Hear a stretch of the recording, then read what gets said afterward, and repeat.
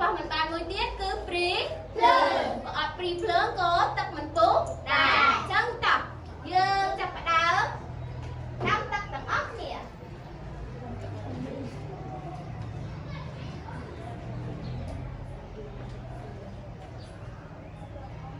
ចឹងជំហានដំបូងយើងត្រូវ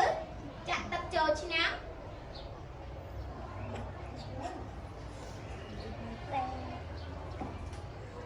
មកឥឡូវអ្នកគ្រូត្រូវការកូនចំនួន5នាក់ឬក៏6នាក់មកមើលអ្នកគ្រូផ្ទាល់ចិត្តដើម្បីងាយស្រួលក្នុងការយើងទៅអនុវត្តបន្ថែមទៀតមកកូនណាស្មាក់មកទៅឡើងមកហើយកូនផ្សេងក៏មើលអ្នកគ្រូដូចគ្នាដែរតែកូនមើលពីកន្លែងមកកូនដែរនៅលើកូនមើលចិនតាន់អត់នឹងទឹកយើងគ្រប់គ្រាន់អស់ហើយដល់ពេលគ្រប់ហើយយើងគ្រប់ឆ្នាំរបស់យើងមក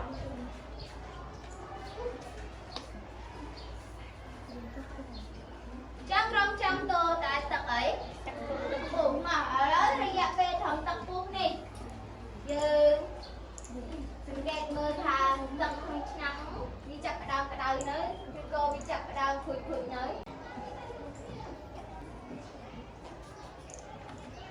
ចាកូនចាំ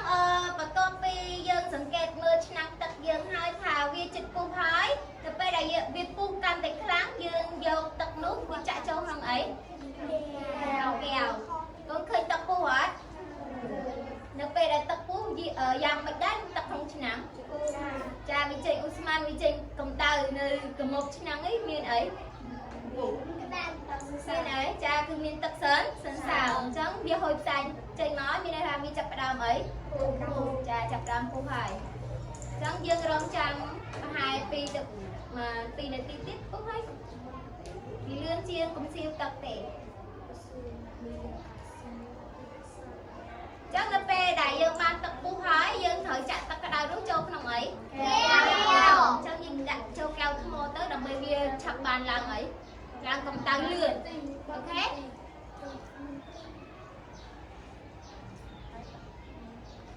ចាអញ្ចឹងទឹកយើងពុះហើយអញ្ចឹងនៅពេលពុះយើងដកព្រីចេញវិញណាកុំឲ្យយើងឆ្លងនេះអញ្ចឹងយើងដាក់ព្រីចុះហោបង្កើខ្លាចឆ្លងចរន្តអញ្ចឹងនៅពេលដែលយើងបានទឹកពុះមួយហើយយើងត្រូវចាក់ទឹកពុះនោះចូលក្នុងអីកូនដាក់ចូលចាដាក់ចូលក្នុងកែវថ្មនៅពេលឃើញអ្នកគ្រូចាក់ទឹកទៅកូនសង្កេតឃើញអីក្នុងកែវថ្មនេះចាទឹកក្តៅមានវិធីអ៊ូស្មានឡើងមកលើអញ្ចឹងនេះអ្នកគ្រូមានឧបករណ៍ពីរទៀតគឺស្លាបព្រាដែកនិងស្លាបព្រាជ័រអញ្ចឹងអ្នកគ្រូយកស្លាបព្រាដែកនេះដាក់ក្នុងកែវថ្មហើយនឹងស្លាបព្រាជ័រក៏ដាក់ចូលក្នុងកែវថ្មដែរអញ្ចឹងយើងដាក់ចូលហើយយើងរងចាំ10ទៅ15នាទីប៉ុន្តែ10ទៅ15នាទីយូរអញ្ចឹងយើងចាំប្រហែលតែ5នាទីបានហើយយើងចាំឲ្យកូនមកស្ទាបម្នាក់ម្ដងថាតើរវាងស្លាបព្រាដែកហើយនឹងស្លាបព្រាជ័រហ្នឹងតើមួយណាទទួលបានកម្ដៅច្រើនជាងហើយមួយណាទទួលបានកម្ដៅតិចជាងចាំស្ទាបអត់ចឹងអត់ហើយកូននៅកន្លែងក៏បានឃើញមិត្តភក្តិយើងឈរមើលអ្នកគ្រូហើយអ្នកគ្រូពិសោធន៍ទេឃើញអត់ហើយយល់អត់ចាមកតិចទៀត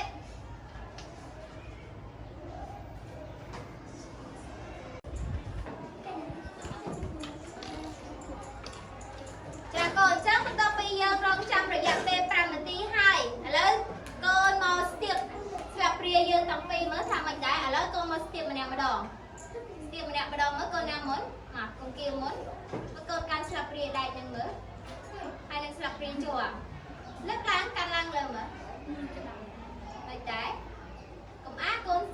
ទុកចម្លើយក្នុងចិត្តសិនចាដាក់ចូលវិញហើយមកភ័ក្រយើងស្ទាបតទៀតមើលយ៉ាងមិនដែរមកនេះហើស្ទាបស្ទង់មក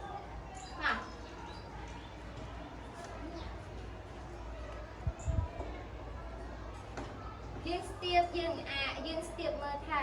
តើស្លាបព្រាដែកនៅពេលដែលវាត្រូវទឹកក្តៅហើយនឹងស្លាបព្រាជ័រនៅពេលដែលវាត្រូវទឹកក្តៅថាតើរវាងពីរហ្នឹងមួយណាក្តៅជាងហើយមួយណា អត់សូវក្តៅតើក៏វាក្តៅដែរប៉ុន្តែមួយក្តៅខ្លាំងមួយក្តៅតិចបន្តទៀតបន្ថែមចូលស្ទាបមើលទឹកខ្លាច់ទឹកអញ្ចឹងទឹកកូនកុំទៅលូកទៅកាន់ទៅស្លាបព្រាទៅបានឯងស្ទាបអត់មកចេះខ្លាច់អីដកចេញពីទឹកអីហ្នឹងហើយនៅ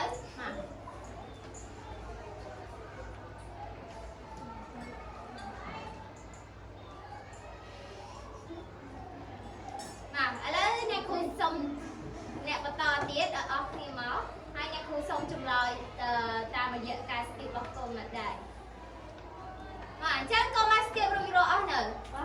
អស់ហើយហើយចាស់នៅកូននៅកន្លែងបានឃើញមិត្តភក្តិយើងស្ទាបស្លាបព្រាដែរពិសោធន៍នឹងអត់បានឥឡូវអ្នកគ្រូសុំចម្លើយកូនតាពីរអ្នកបានហើយមកកូនណាអាចឆ្លើយបានថានៅពេលដែលកូនស្ទាបហ្នឹងមានអារម្មណ៍មិនដែរកូនឆ្លើយតាមជាក់ស្ដែងមកកូនណាមកលេចាកូនស្ទាបទៅឃើញថាស្លាបព្រាដែរក្តៅជាងស្លាបព្រាអីចាស្លាបព្រាជាប់មកកូនណាមានយោបល់អីទៀតមកចាអញ្ចឹងលីវ៉ាសន្មតថាកូនស្ទាបទៅឃើញថាស្លាបព្រាដែរចម្លងកម្ដៅបានច្រើនជាងស្លាបព្រាជាប់នេះកូនណាមានយោបល់អីទៀតទេកូនស្ទាបអញ្ចឹងឃើញដូចគ្នាណោះចាអរគុណអញ្ចឹងកូនអាចចូលកន្លែងបានអញ្ចឹងកូននៅកន្លែងតាមរយៈការសង្កេតមើលការពិសោធន៍របស់អ្នកគ្រូហើយនិងមិត្តភក្តិកូនឡើងមកសង្កេតទាំងអស់គ្នានេះតែកូនអាចសន្និដ្ឋានបានអត់ថាការពិសោធន៍នេះយ៉ាងម៉េចដែរកូនណាអាចនេះបានសន្និដ្ឋានកូនឃើញអ្នកគ្រូពិសោធន៍ជាមួយមិត្តភក្តិកូនទេចាអញ្ចឹងទៅពេលដែលកូនឃើញហើយតើកូនអាចសន្និដ្ឋានបានអត់ថាកម្ដៅនឹងរុក្ខធាតុនឹងវាយ៉ាងម៉េចដែរកូនណាចាមកវិជ្ជាការតាមរយៈការពិសោធន៍ខាងលើឃើញសន្និដ្ឋានបានថាអង្គធាតុទាំងអស់ស្រូបកម្ដៅមិនដូចគ្នាទេអង្គធាតុខ្លះស្រូបកម្ដៅបានច្រើនអង្គធាតុខ្លះស្រូបកម្ដៅបានតិចស្លាបព្រាដែរស្រូបកម្ដៅបានច្រើនជាងស្លាបព្រាជាប់អង្គធាតុដែលស្រូបកម្ដៅបានច្រើនជាងហៅថាអង្គធាតុចំណុះកម្ដៅអង្គធាតុដែលស្រូបកម្ដៅបានតិចឬមិនស្រូបកម្ដៅហៅថាអង្គធាតុមិនចំណុះកម្ដៅឬអ៊ីសូឡង់កម្ដៅចាអរគុណត្រឹមត្រូវទៅចុះចាអញ្ចឹងតាមរយៈការសង្កេតរបស់កូនក៏ដូចជាការពិសោធន៍ជាក់ស្ដែងនេះសង្កេតឃើញថានៅពេលដែលស្លាបព្រាក្តៅស្លាបព្រាដាក់ចូលក្នុងកែវក្តៅដែលមានទឹកក្តៅគឺវាចម្លងកម្ដៅបានច្រើនជាងស្លាបព្រាជ័រដោយសារវាជាដែកហើយងាយចម្លងកម្ដៅច្រើនជាងអញ្ចឹងអ្វីដែលទទួលបានកម្ដៅតិចជាងគេហៅថាអីហៅថាអីកូនចាអ៊ីសូឡង់កម្ដៅដោយសារវាបានតិចជាងតើតើអត់ចាអរគុណបាទយើងតចូលចំណុចថ្មីចុចតិច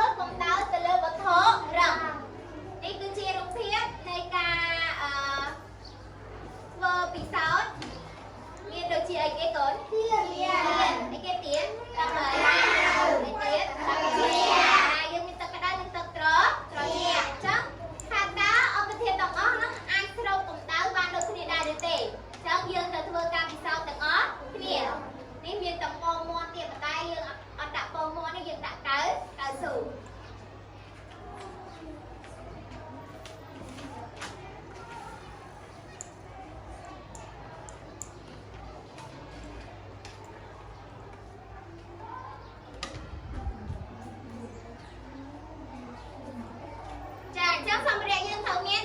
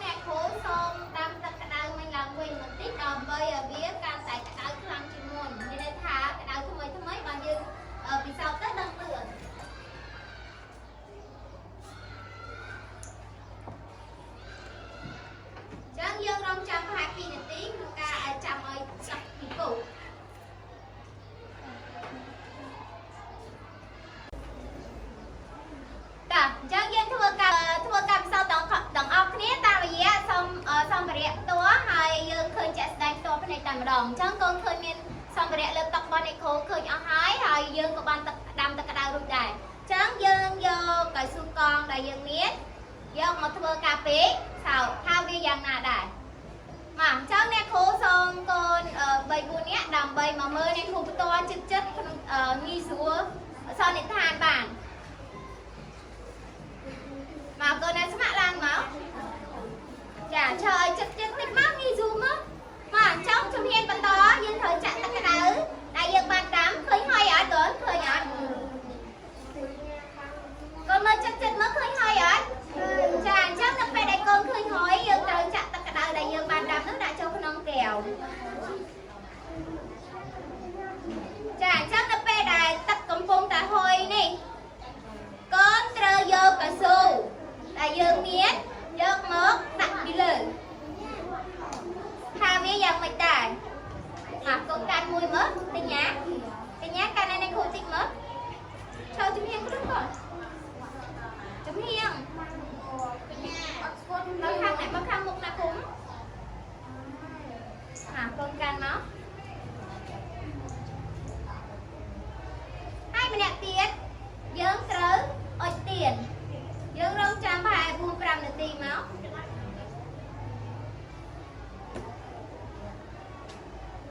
យើងដកទៀនឲ្យវាឈរសិន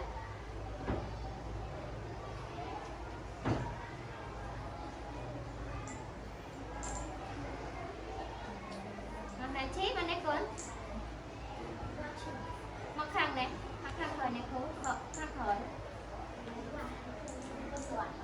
ចាអញ្ចឹងនៅពេលដែលយើងបានអុជទៀនហើយគឺយកកៅស៊ូទៅរោលើភ្លើងហើយចាំយើងមើលសភាពវាថាកៅស៊ូនោះយ៉ាងម៉េចដែរដូចបែបអ្នកគ្រូណាកូនឃើញអត់យល់ទេណាមិនឲ្យយកទៅអុជឲ្យរោយល់ទេណាស៊ីឈៀវកូនងាកខ្លួនតិច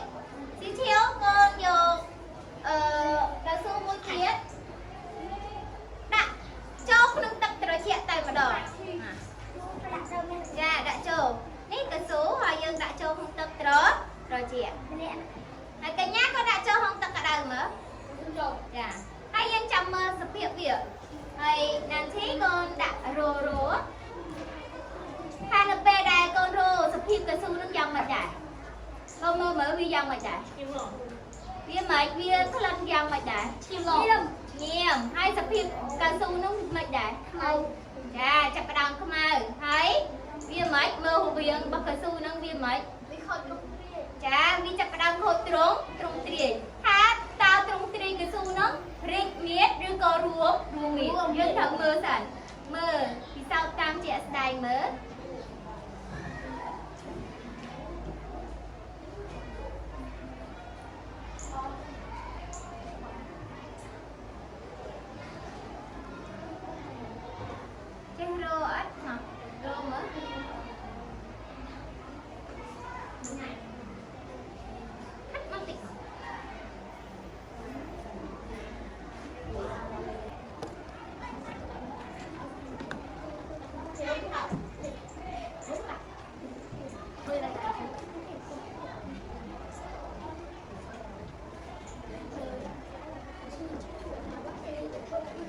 បានហើយអញ្ចឹងយើងដល់នាទីយើងកំណត់ហើយអញ្ចឹងយើងខ្លងសិនអញ្ចឹងយើងយកសម្ភារៈដែលយើងមើលយកមកពិសោធន៍ហ្នឹងរៀងខ្លួនអញ្ចឹងអានេះគឺជាកែវទឹកអីទឹកត្រជាក់អញ្ចឹងនៅពេលដែលយើងដាក់កៅស៊ូចូលក្នុងទឹកត្រជាក់តើសភាពកៅស៊ូនោះវាមិនដែររីកមាឌរួមមាឌឬក៏ធម្មតាហើយវាមានប្រែប្រួលអីអត់ចាគឺអត់ប្រែប្រួលទេគឺនៅសភាពដប្រហែលជាមកពីអីទឹកអីចាទឹកត្រជាក់ឲ្យទៅមកចុះកែវទី2ជារបស់កញ្ញាដែលជាទឹកអីហ្នឹងបងឃើញកំពុងអីហ្នឹងចាកំពុងតែហុយផ្សែងអញ្ចឹងនេះយើងរកអីឆ្កឹះពីស៊ូចេញមកដល់យកដៃចូលទេទឹកកំពុងក្តៅអញ្ចឹងយើងយកអីមកឆ្កឹះស៊ូដែលចេញពីទឹកមកឬក៏យើងសាក់មើលកៅស៊ូនឹងវាយ៉ាងមិនដែរសភាពវាមានខុសប្លែកពីមុនតិចអត់ចាខុសសភាពវារៀងស្លែតជាងមុនមែនអត់ហើយយើងយឺតជាងមុនទៀតយឺតខ្លាំងជាងមុនទៀតឃើញអត់ចូលរកកៅស៊ូទី3ថានៅពេលដែលអ្នកគ្រូឲ្យមិត្តភក្តិយើងរោគនឹងភ្លើងនេះតើសភាពកៅស៊ូនឹងមិនដែរកូនកាលពីដំបូងវាពណ៌អីចាកាលដំបូងពណ៌លឿងហើយដល់ពេលយើងរោភ្លើងទៅសភាពកៅស៊ូនឹងឡើងទៅជាពណ៌ហើយមានក្លិនអីចាគឺក្លិនឈ្ងៀមទៀតហើយសភាពកៅស៊ូនោះវាមិនចេញទៀតមើលវាប្រែអី